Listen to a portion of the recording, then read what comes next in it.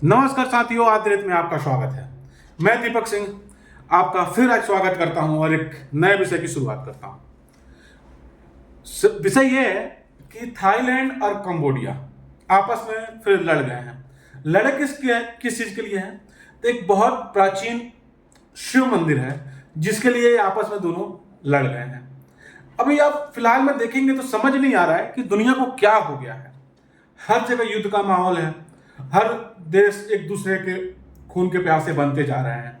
आप देखिए, पिछले 3 साल से लगभग रशिया यूक्रेन युद्ध, इजराइल गाजा फिलिस्तीन, बीच में भारत पाकिस्तान भी एक्सक्लेट हुआ था, कैसे वैसे करके मैनेज हुआ। अभी फिर से ये जो है थाईलैंड और कंबोडिया का युद्ध स्टार्ट हो गया।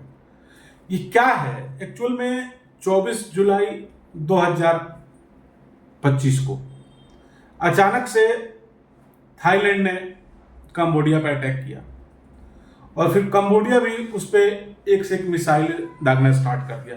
अचानक से क्या हो गया कि इतने बड़े लेवल पे मिसाइलें चलने लगी, कोई अभी कुछ न्यूज में नहीं था। तो इसके युद्ध को जानने से पहले इसके थोड़ा सा आपको इतिहास में जानना पड़ेगा।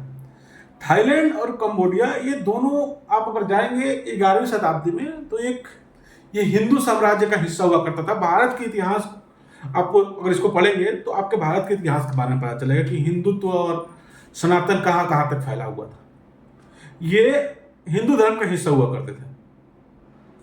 धीरे धीरे समय के साथ बुद्धिज्म का एक्सपांसन हुआ और बाद में यूरोपियन और मुगलों के आने के बाद से धीरे धीरे हमारा उधर से कंबोडिया थाईलैंड की तरफ से हम सिकुड़ के भारत तक पहुंचे और कंबोडिया और थाईलैंड समय के साथ सेपरेट हुए।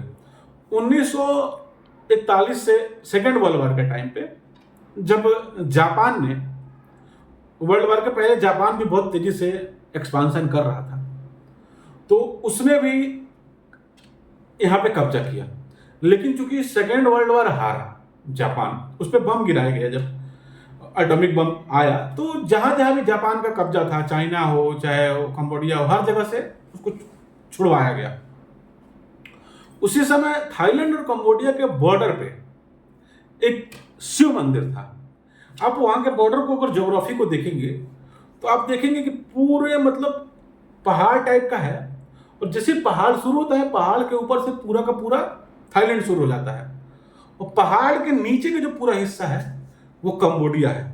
लेकिन ये जिस शिव मंदिर के लिए लड़ाई है, वो शिव मंदिर जैसे ही बॉर्डर स्टार्ट होता है जस्ट पहाड़ के ऊपर है वो थाईलैंड में। अगर आप ज्योग्राफी से समझ जाएगा कि थाईलैंड का हिस्सा है, लेकिन चूंकि जापान का हिस्सा, जापान का कब्जा था कंबोडिया पे, तो क्या हुआ कि जब उसको छुड़वाया गया तो उस शिव मंदिर पे भी कब्जा था। तो इसलिए उस शिव मंदिर को छुड़ा के और उस शिव मंदिर को कंबोडिया को दे दिया गया। आप समझिए उसको, आप फिजिकली ज्योग्राफिकली देखेंगे तो नहीं होगा, लेकिन वो हिस्सा है। और लड़ाई की शुरुआत वहीं से हुई थी और धीरे धीरे अब बाद में, और थाईलैंड का कहना है कि चलो भाई ठीक है, मैंने मान लिया कि इंटरनेशनल रिलेशन के हिसाब से वो तुमको दे दिया गया, वो मंदिर कंबोडिया को दे दिया गया, लेकिन उसके आसपास की 4-5 किलोमीटर की जो जमीन है वो भी जो है वो कंबोडिया को दे दिया गया। अब उससे क्या है, एक लड़ाई की बहुत बड़ी वजह बन गई, क्योंकि पूरे पहाड़ स्टार्ट होता है, उसको पूरा थाईलैंड है और नीचे जो है वो कंबोडिया है। और थाईलैंड और कंबोडिया की आप स्थिति भी देखेंगे तो थाईलैंड बहुत बड़ा देश है, लगभग 7 करोड़ के आसपास की आबादी है। कंबोडिया के 1-1.5 करोड़ की आबादी है। इकोनॉमिकली, फाइनेंशियली, हर तरीके से थाईलैंड बड़ा है। वो मंदिर जो है थाईलैंड को देके, उसको भी कंबोडिया को दे, उसके लिए भी थाईलैंड रेडी है कि आप मंदिर रख लो, लेकिन जो उसके आसपास का जमीन है वो हमारा हुआ। लेकिन इसके लिए, इसके पहले लड़ाई चल चुकी। 2008 में वो यूनेस्को में शामिल किया गया उस मंदिर को। उस समय में लड़ाई फिर बढ़ी, क्योंकि वहां से बहुत बड़ा एक मतलब सोर्स ऑफ इनकम है कंबोडिया के लिए। ये इतिहास भी मतलब काफी पुराना हो गया। अब हुआ क्या कि लास्ट मई के महीने में भी एक उधर माइंस है, उस माइंस पे एक थाईलैंड के सैनिक के पैर पड़े। एक ट्रायंगल है, लाओस, कंबोडिया और थाईलैंड के जो ट्रायंगल है तीनों देश का, वहीं पे टेम्पल है। तो लास्ट टाइम अभी मई के महीने में भी एक सैनिक जो है थाईलैंड का उधर से गुजर रहा था, उसका माइन से पैर पड़ा और उसके मतलब शहीद हो गया। उससे भी बहुत हंगामा हुआ और उसी में पूरे लोगों में उबाल था थाईलैंड के कि उनका था कि आप कंबोडिया से बात करो। ये जानबूझ के मिसाइल बनाया और वहां ऐसा माहौल बनाया गया कि और भी जो टेम्पल है बॉर्डर पे उसको भी लेने के लिए ऐसा कर रहा है। और उसमें बात करने के लिए इवन वो लड़ाई इतनी बढ़ गई कि उसके लिए थाईलैंड की जो लेडी हैं उनको जो वहाँ के हेड हैं, जो वहाँ के राष्ट्रपति हैं, उनको इस्तीफा भी देना पड़ गया। उन्होंने हुआ क्या था कि उन्होंने बात करा था कंबोडिया के पीएम के फादर से और ये बात लीक हो गई और उन्होंने उनको मतलब अंकल वगैरह बोल दिया था। उससे ये हुई कि भाई थाईलैंड कंबोडिया इतना छोटा सा देश है, हम इतने बड़े हैं, उसने हमारे सैनिक को ही मारा और आप ऐसा बोल रही हो कि अंकल, और मतलब आप उसके सामने झुक रही हो, ऐसा मैसेज गया।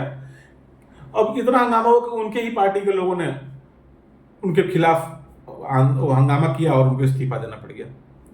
फिर अभी 24 जुलाई 2025 को फिर से वहां लैंड माइंस पे किसी सैनिक के पैर पड़ा थाईलैंड का और वहां पे सैनिक की डेथ हो गई। इस बार उबाल इतना तेजी से बढ़ा, फिलहाल में जो थाईलैंड के उपराष्ट्रपति है वो सरकार चला रहे हैं, इतना तेजी से बढ़ा कि अचानक से युद्ध स्टार्ट हो गई, एक दूसरे पे मिसाइल मारना स्टार्ट कर देंगे।